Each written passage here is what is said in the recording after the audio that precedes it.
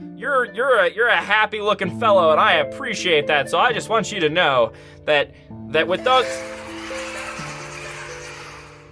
Hi. There will be some cool music that goes with this. It's not here yet, but it will be here soon. Hi-ho, everyone. I am Nathan Blake, and welcome to Forgotten Night, an indie horror game that mixes sort of a visual novel sort of thing with some point-and-click elements, giving you a really cool choice and consequence-based horror adventure game that I am very excited to see how it works. There's no title screen. It just opens up in an HTML player after you download the game, so we'll just have to see what happens. You wake up in a daze. How did you get here? What time is it? Where are you? I don't know where I am. I don't know what time it is, but you know what time it is? It's time to get the heck out of here and not die. That's what time it is. The music kind of dropped out. Panic or look around? I tell you what, whenever I get the chance to panic, whenever I get to look inward, deep inside my innermost being and say, Nathan, what do you want to do in this situation? And I can stare back into the void of my own soul and say, I would like to panic, thoughtfully panic in this moment. I choose to panic. If I can do that, I do it every time. Panic! It doesn't look like it worked out very well for us. I don't know, the screen went black for a minute. Let's see. Still nothing. You wake up again. Just start over. But something's wrong. Ooh, very interesting. Oh, hello. Howdy. Hi. You look like you're not exactly the... Okay, before you can say or do anything, the killer is on top of you. You don't even have time to scream. The killer? What killer? You're kind of talking like I should know what you're talking about, and I don't know what you're talking about. He's spoopy looking. You try to struggle. Oh, okay. Well, that noise actually caught me off guard. Try to struggle, but with one cut, you hear nothing but yourself dying at the hands of the murderer.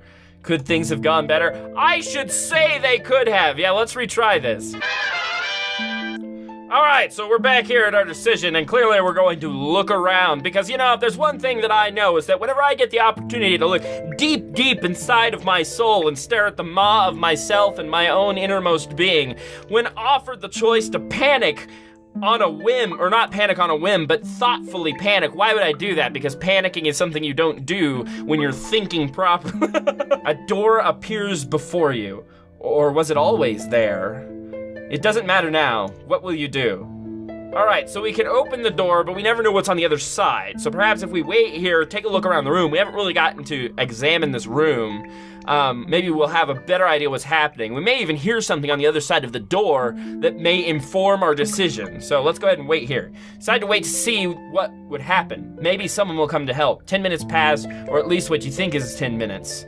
Okay, so, hi, it's you again. How you doing, fella? I really like the blood on your axe. It's very fetching. It really gives me a good sense of, like your profession and what you like to do, and that crazy look in your eyes sort of tells me that you're one with your axe and that your soul is one being. And so, I just really appreciate that about you. I feel like you're a very decent fellow. And I just want you to know that there's no reason you should cut me in half with an axe, except for the fact that I believe, yep, you definitely cut me in half with an axe. Okay, so, moving on. Okay, so open the door.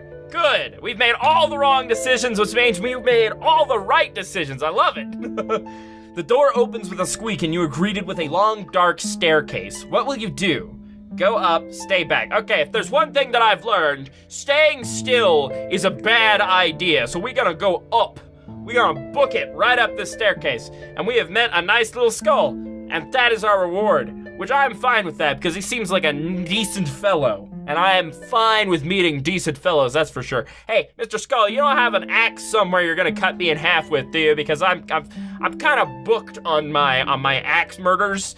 There's another guy, he's gonna be here probably 5 minutes, probably maybe less, and he's gonna cut me in half with an axe. So if you're gonna do it, then we could just, I guess I could just have an early appointment and you could take care of it. But I was gonna say, it's supposed to be, I should really honor my previous arrangement. So you shouldn't kill me in this situation, Mr. Skull. Going up the stairs, you were greeted by a skull lit by 2 candles and a hallway going 2 ways. To the right looks like a kitchen of some sort, and to the left another door. What will you do? Well, if there's one thing that I know is that when I look deep down inside the maw of my soul and stare myself in the eye, I always want a sandwich. So kitchen, what are you? You go right and head to the kitchen. Inside you see a tall, lanky figure. Let's just look at this for a second. He's got this like Smeagol Golem sort of like spine area. He's got like 3 little Edward Scissorhands sort of fingers. He's so tall that he's almost hitting the ceiling on multiple levels, both with his hand and his head. And he's still hunched. This thing is a monster. Also, look at this delightful drawing over here of a poor person who's lost family members. Okay, moving on. Its back looks all wrong, and its fingers are like a child's drawing, long and sharp. Is that not exactly what I just said, essentially? You hear a low hum coming from somewhere. You think it's the monster, but you can't be for sure. Looking around, you see a door leading out, or at least somewhere away from this nightmare. Run, attack, sneak around, go back. Well, clearly, we want a confrontation with this thing. I don't want to kill it, I don't want to hurt it, but I want to see it. I want to see his face. You decide to attack the monster. You look around for a weapon and see a large kitchen knife. Scared, tired, but a will to live, you rush to grab the knife. You grab it and run at the beast. One swift lunge and you land a hit on the monster. The knife sticks in its distorted abdomen, and you back up reeling from the act. You watch the monster despair before your eyes and see the knife drop from where the monster was. Realizing your chance to run to the door, swing it open, and you are greeted with a bright white light. Okay, did we escape? You look out and hear birds chirping. When did morning come? It doesn't matter, the nightmare's over and you don't have to think of it ever again. You pass out due to exhaustion. The bright light fades as the calm washes over you. Everything fades to black. That monster, he may not have even hurt me. Like, we don't even know. You wake up in a daze. Oh, it wraps back in on itself. That's so interesting, End. Because I passed out when I got out there and someone just dragged me back in. Okay.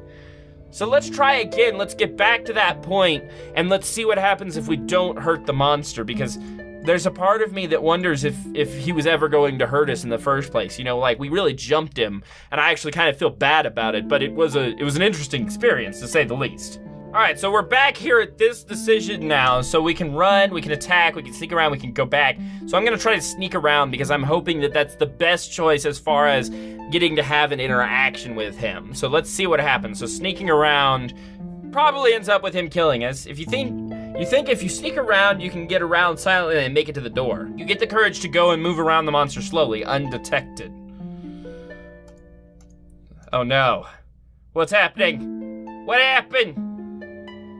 What you gonna do? What you gonna do when they come for you, bad boys, bad boys? What you gonna do? What you gonna do when there's just darkness. Oh, good gravy. Hello, sir. You are covered in blood. I apparently made the right decision. The monster is on top of you. You don't see it move. It's like it teleported onto you. All you hear is a deep crunch as the beast sinks its gnarled claws into your abdomen. Your vision fades as you think of how this happened, how it came to this. Could it have been different? Okay, so we figured out that the monster is definitely dangerous. So our previous run, obviously, with the attack was actually a decent move, even though we personally didn't know at the time that it was a good move. Let's see what running does. You think if you make a bolt for it, you could get to the door before the beast. You get the courage to move, running for the door. You can sense the monster alerted to your movement. It doesn't matter, you're at the door a hand on the handle. Okay, do we get the door open? Nope, he gets us. He gets us. The monster is on top of you. Don't see it move. Okay, so this is the exact same ending, so that, I mean, since he teleports, it makes sense. That's kind of what I expected to happen, but I wanted to make sure that it wasn't going to change. So now we'll try going back and see what happens. All right, go back. Okay, so we can run back towards the other door now without any issues. Going left, you are met with a hallway lit by candlelight, leading to a single door. Everything is quiet except the oh, hello! Hello! Who's there? No, I gave it the office. Everything is quiet except the almost inaudible pop of the candle's flames. You feel uneasy. All right, Mr. Candles, can you do anything for me? Candles, candles, candles. Okay, go through the door is the only option that we really have. You go through the door, dismissing your feeling of unease. It's pitch black with no sound. Hello? With no sound around. The door you came through slams shut and disappears in the black void. Something is here with you. Or maybe it's there with you. I don't, oh, hi, how are you? We have a connection, I can feel it as you, hi. You're a happy looking fellow and I appreciate that, so I just want you to know that with those, hi. I want you to know with your beautiful face, you don't have anything to worry about. I'm just here to say hi because I can't believe how wonderful you are. You hear the monster giggle as it comes closer to you. You're frozen to the spot, or is it the monster holding you? You don't know. The giggling, it's all you hear, all you see. Its eyes looking right at you. Stop. Stop. Make it stop. Like I said, we clearly... Can you stop that for just a moment? It's rude to interrupt. We clearly have a beautiful connection, and you... Okay, I think that's pretty much it. The one thing I want to try is going back now and down the stairs and see what stay back does. I'm sure the axe murderer gets us. It seems that this area is the axe murderer's area, and he will kill us no matter what. The top right is the monster, and he will kill us unless we kill him first. And the top left belongs to the ghost, is what I assume that is. It seemed to sort of pass through us and hold us frozen, which is a ghosty thing to do. So if we stay back, yeah, so that's all there is to it. We've found all of the options that are available to us. So very interesting. Clearly the main and best option we have available to us is to go ahead and stab the other monster in the back and run, which was, of course, my first instinct, and it worked. So, as much as I feel bad about doing it without much, cause behind it, I just felt like it was the right move at the time, and turns out it was. So you can call me a monster if you want for just sneaking up behind some big monster and stabbing him in the back and running off, but time told a different story. That monster was gonna murderate me, and so was everything else in this building. All right, so this has been Forgotten Night. I really, really like it. Link in the description below to the Itch.io page if you want to try it out and see if you can find more here than I have found. I'm sure there could be some hidden Easter eggs and stuff. A choice maybe that I made that you could make differently that I forgot about. I think I got all of it. I'm not sure, but give it a shot. It's really, really well done. Very interesting. I love how simplistic it is, and yet how successful it is at conveying fear in a good atmospheric way. It has a couple of neat little jump scares, a lot of creepy imagery, and I really enjoy it. So I'd love to know more about the story. So to the creator, if you're watching, I'd love for you to let me know kind of what's going on, or if you plan to make more, and I'll keep up with it if you do plan to make more.